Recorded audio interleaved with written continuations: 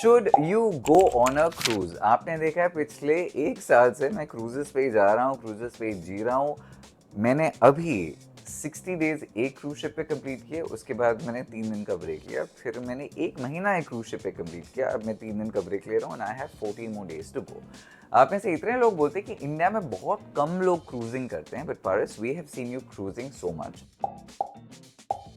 अगर आप मेरे वीडियोस देख के इंस्पायर हुए हैं, अगर आप क्रूजिंग करना चाहते हैं बट यू डोंट नो कहाँ से शुरू करते हैं, कॉस्ट कितनी होती है, कौन सी क्रूज लाइन चूज करनी चाहिए, what the visas are like, इस वीडियो को ध्यान से देखिएगा because I want to give you a lot of information because cruising India के लिए बहुत नया है. Across the world, a lot of people cruise quite a bit, but I feel this trend is going to change. सबसे पहले I want to tell you the biggest thing you should know about the kind of cruise lines there are, और हर cruise line की एक अलग सी vibe है.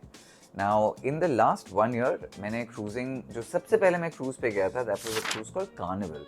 Now, Carnival एक brand भी है और वही Carnival actually is the company जिसके बहुत सारे बाकी brand के cruises भी हैं. So, Carnival is the biggest cruise company in the world. So, Carnival is one company. उसके बाद I went to Japan on a company called Norwegian. उसके बाद मैं गया था Dubai, Doha, Qatar. I went on a ship called Costa. Costa is an Italian brand which is also owned by Carnival. उसके बाद I went on my first Royal Caribbean cruise. वो company के बहुत सारे शिप्स हैं, they are known for very large ships. So I went on Ovation of the Seas. उसके बाद I went on another ship called Quantum of the Seas. और उसके बाद right now currently I am on Princess Cruises which is also owned by Carnival. So what I want to tell you is because मैंने काफी cruising पिछले एक साल में कर ली है. I feel I know exactly what to be able to tell you but what different cruise lines are. मेरी बहन शिवांगी का फोन आया था. Shivangi wanted to go with her husband on cruises. उसने मेरे को पूछा कि यार हम कहाँ से क्रूजिंग शुरू करें, and the advice I was giving her, I think is advice काफी लोग इंडिया में it will be helpful for you. सबसे पहली बात, what a lot of people for some reason don't seem to understand is a cruise requires visas like any other mode of transportation. Because मेरे को काफ़ी लोग बोलते हैं कि क्रूज में वीज़ा नहीं चाहिए होगा. Of course 100%. अगर आप बॉम्बे से यूके की फ़्लाइट बुक कर लेते हैं और आप एयरपोर्ट पहुंचते हैं और आपके पास वीज़ा नहीं है, आपको उस फ्लाइट में बैठने नहीं दिया जाएगा. द सेम वे अगर आप किसी क्रूज़ पे जा रहे हैं जो 6 कंट्री जा रहे हैं, आपके पास उन सारी कंट्रीज़ के वीज़ाज होने चाहिए, otherwise they will deny you boarding. Taking that in mind, अगर आप पहली बार क्रूज करने वाले हैं, I think the best area to start cruising from is either Dubai, Doha, Qatar, Bahrain. वो वाला जो एरिया है वहीं पे काफ़ी क्रूज शिप्स घूमते हैं. MSC is another cruise company which is very good. मैं उनके साथ कभी क्रूज पे गया नहीं, बट मेरा पहला MSC क्रूज होगा, MSC वर्चुओसा, in which I'm going to go from London to France, Spain, कुछ 6-7 कंट्रीज उसमें बुक है, वो मैं जुलाई में करने वाला हूँ. Now the reason I recommend for the first cruisers to actually get on a cruise in Dubai, Doha, Qatar, Bahrain, उस रीजन में is because पहली बात, आप अगर आप जब क्रूज पे जाते हैं, इंडिया से तो क्रूजेस शुरू होते नहीं हैं, बहुत कम होते हैं, साल में भी 1 या 2 होते होंगे. And I am not talking about Cordelia cruises जो इंडिया में ही घूमता है, Lakshadweep, Goa. That's another kind of cruising, that's a domestic cruising. I have never done that, तो मुझे उसके बारे में पता नहीं. बट जैसे फॉर एग्जाम्पल मैं इस वाले क्रूज़ के लिए आई वेंट टू सिडनी. तो मैं मुंबई से सिडनी फ्लाई किया था. मतलब आप अगर पहली बार क्रूज कर रहे हैं, मैं तो because I fly business class, मेरा खर्चा just from Bombay to Sydney itself was 3 lakh rupees. तो अगर आप पहली बार क्रूज कर रहे हैं, आपका मन शायद नहीं करेगा कि इतनी महंगी फ्लाइट आप लो, इतनी लंबी फ्लाइट लो क्रूज पे जाने के लिए.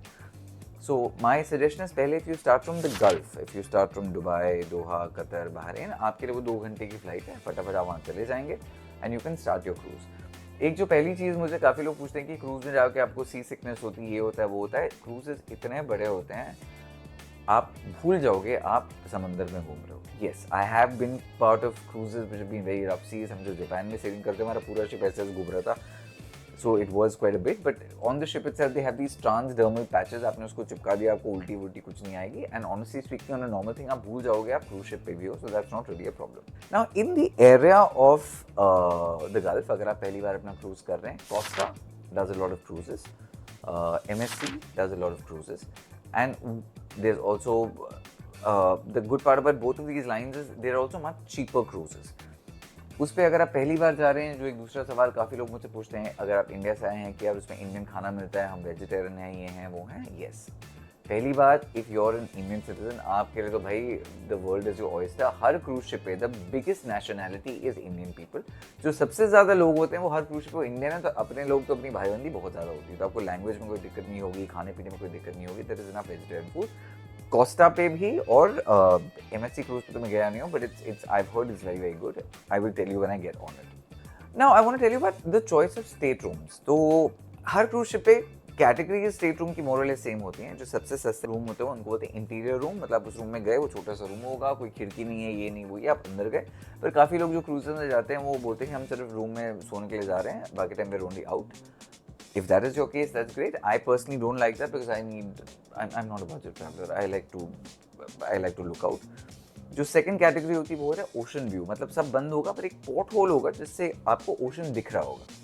Third is usually a balcony और उसके ऊपर स्वीट्स होते हैं. तो suites so far I been booking balconies, पर अब मैंने स्वीट्स बुक करने शुरू कर दिए हैं.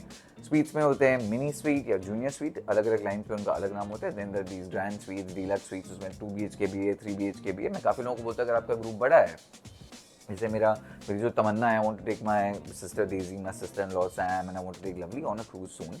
अब भले ही आपको लगेगा कि स्वीट बहुत ज़्यादा एक्सपेंसिव होगा, पर अगर आप 4 लोग हैं 2 रूम लेने के बजाय अगर आप एक ग्रैंड स्वीट ले लेंगे, that might actually be more or less the same price, and the grand suite comes with a lot of privileges. Now how to choose the right cruise line is a very important point. Carnival cruise line मेरे हिसाब से should be the first cruise line you go on, because Carnival is the party cruise.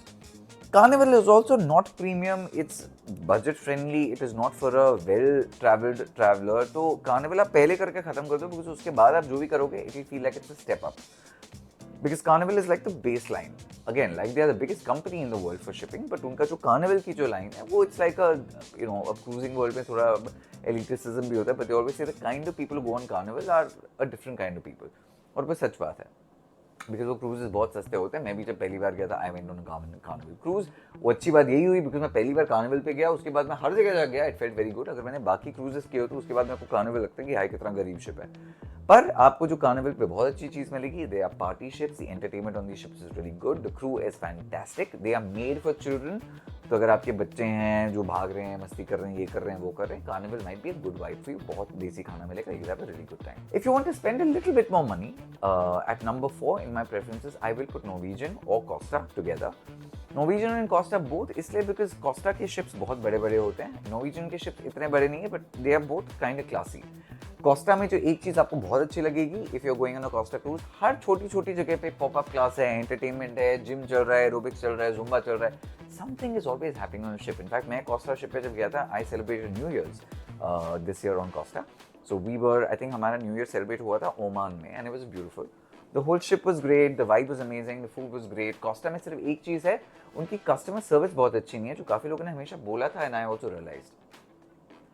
Again, आपको जहाँ Indian लोग मिलेंगे वहाँ तो आपको कभी दिक्कत नहीं होगी, बट जनरली कोस्टा की शिप्स इतने बड़े बड़े हैं, उनका स्टाफ बहुत ओवरवर्कड है. जो दूसरी चीज़ है जो बहुत ही फनी है, शिप्स पे खर्चे कुछ अजीब खर्चे होते हैं. इंटरनेट शिप पे जैसे फॉर एग्जांपल मेरे पिछले वाले क्रूज़ पे मैंने 11 दिन के लिए $750 दिए थे, मतलब almost 63-70,000 rupees for 7 days of internet. साल में मैं मुंबई के भरता हूँ 11,000 रुपये मेरे वाईफाई के घर पे. तो you have to understand cost like that. पानी की बोतलें, आपको हर पानी की बोतल $4 की मिलेगी, तो you can go and fill your water from different stations, but there are some restrictions on some things. Costa पे जो बहुत दिक्कत वाली बात थी, things like this were very complicated, where even though I had the beverage package which I will tell you that means in a bit, पानी वानी लेना थोड़ा दिक्कत था. तो अगर आप फैमिलीज के साथ जा रहे हैं कोस्टा में, आपको थोड़ा सा आई विल रेकमेंड थोड़ा ज़्यादा खर्चा करके सारे पैकेजेस ले लेना, बिकॉज अदरवाइज आपकी कोई काफ़ी दिक्कत होगी उसमें. Norwegian is another cruise line which is very very good because they are a little bit more classy. They are also slightly massy, so they are like the cruise line which will fit most budget itineraries. Costa is an Italian company, वो ज़्यादा Europe में चलते हैं. Norwegian ज़्यादा Asia में चलता है. Carnival is mostly in America. Royal Caribbean is again, उनका तो नाम ही Caribbean is in their name. They're also in America, they're also in Europe. Singapore से बहुत सारे Royal Caribbean के ships जाते हैं. Now, one thing that you should understand on ships is जो आपके खर्चे होने वाले हैं, beverage packages mean आप I think दिन में आपको 15 ड्रिंक मिलते हैं. Now to be honest with you, हमारे लिए तो I don't drink, so if I might drink, I might drink 1 or 2 drinks, but that's more than enough. उसमें दारू इंक्लूडेड है, सोडाज इंक्लूडेड है, whatever. खाना वाना आपको एक्स्ट्रा नहीं पे करना पड़ता. The buffets are all there. What's incredible about cruises also is, जो मेरे को बहुत अच्छा लगता है, जैसे अब मैं इस साल मेरा एम्बिशन है, मैं 25 कंट्रीज करना चाहता हूँ इसी साल. I think I already finished about 18-19 countries. उस क्रूजेस पे क्या हो रहा है, हर जगह के लिए फ्लाइट नहीं ले रहे हो, हर जगह के लिए होटल नहीं ले रहे हो, आप उसी क्रूज पे बैठे हो and you are just going to multiple places, which is a great way to actually travel. इन्हीं क्रूजेस पे जैसे मैं फिलहाल गया था, I went to places like French Polynesia, New Caledonia, Vanuatu, 3 ऐसे देश जिनके बारे में लोगों ने सुना ही नहीं है। आप क्यों फ्लाइट लेके वहाँ जाओगे, क्रूजेस में बहुत ज़्यादा आसान हो जाता है। Now, when you're choosing your first cruise, make sure you sit with your travel agent to make sure you have all the visas. अगर आपके पास US का वीज़ा है, UK का वीज़ा है, कनाडा, जापान का वीज़ा है, काफ़ी सारी कंट्रीज में आप जा सकते हैं because of those visas itself. And I been booking, मैंने जब सबसे पहले, and this is not a plug, I am just telling you because who I book cruises with. The first time I booked a cruise through Thomas Cook, and that was good because they helped me with the visa itself. I think that was a cruise for Japan, so they helped me with the Japanese visa. Then I used a website called cruisedirect.com, which I think is an international website, but उनका customer care मेरे को बड़ा अच्छा लगा, तो कभी मैं बैठ के कभी उस पर बुक कर लेता हूँ। कई बार I might book directly from website of the cruise itself, or sometimes I use this other app. Let me show you. मैं इस ऐप से कभी बुक नहीं करता हूँ, बट आई यूजुअली, ये आपको पहला आइकॉन दिख रहा है, ये वाला ब्लू वाला, it looks like this, it's called I cruise. तो इस वाले ऐप को मैं इस पे आइटिनरीज चेक करता हूँ। तो अगर मेरे को जैसे if I want to travel in the month of July and I want to travel from London, I will just put those categories on this particular app. It helps me navigate like that about which cruises to choose. I have traveled a lot on cruises now. I've traveled to Japan, Philippines, Taiwan, Singapore, Bali, America, Hawaii, part of America, Canada, Sydney, Australia की बहुत सारी cities, New Zealand, Tahiti.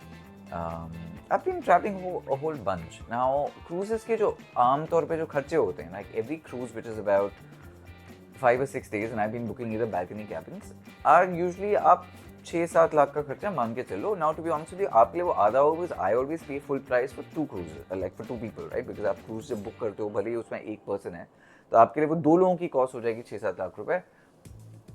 सिर्फ travelling का खर्चा मेरे लिए इस साल जो हम देख रहे हैं 70-80 लाख के आसपास हो गया होगा।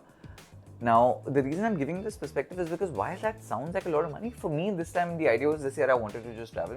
मेरा मन था मैं दुनिया देखूं. I wanted to really understand everything because it's also helping me build my company better, because everything I'm learning from different places. But that's another conversation.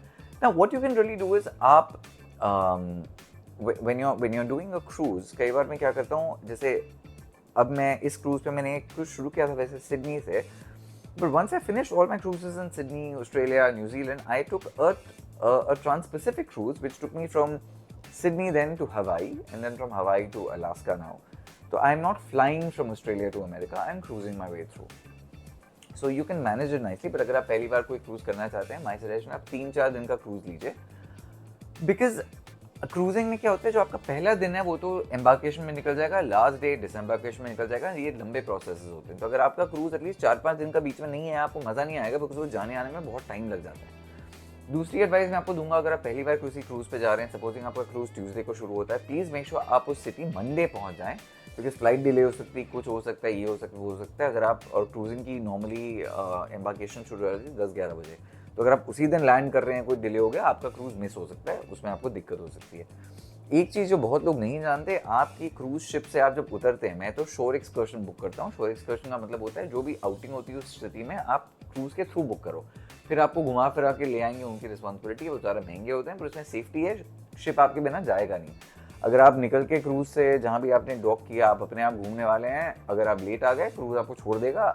YouTube पे बहुत वीडियोज़ है, people they call pier runners, जो भाग रहा बंदा और ship चला गया, उसमें गड़बड़ी, आपका पासपोर्ट आपके पास नहीं है, मेरे को नहीं पता वो क्या करते हैं, तो वो गलती मत करना आप प्लीज़। तो कंजूसी के चक्कर में पता चला शिप आपके बिना भाग गया, वो आपको बहुत दिक्कत हो जाएगी। या आप आपका पासपोर्ट हमेशा अपने पास बाहर रखो। Some places that may not be a choice of yours, because कई बार कई पोर्ट्स पे आपका पासपोर्ट एक्चुअली क्रूज के पास होता है, because they arrange visas for you sometimes.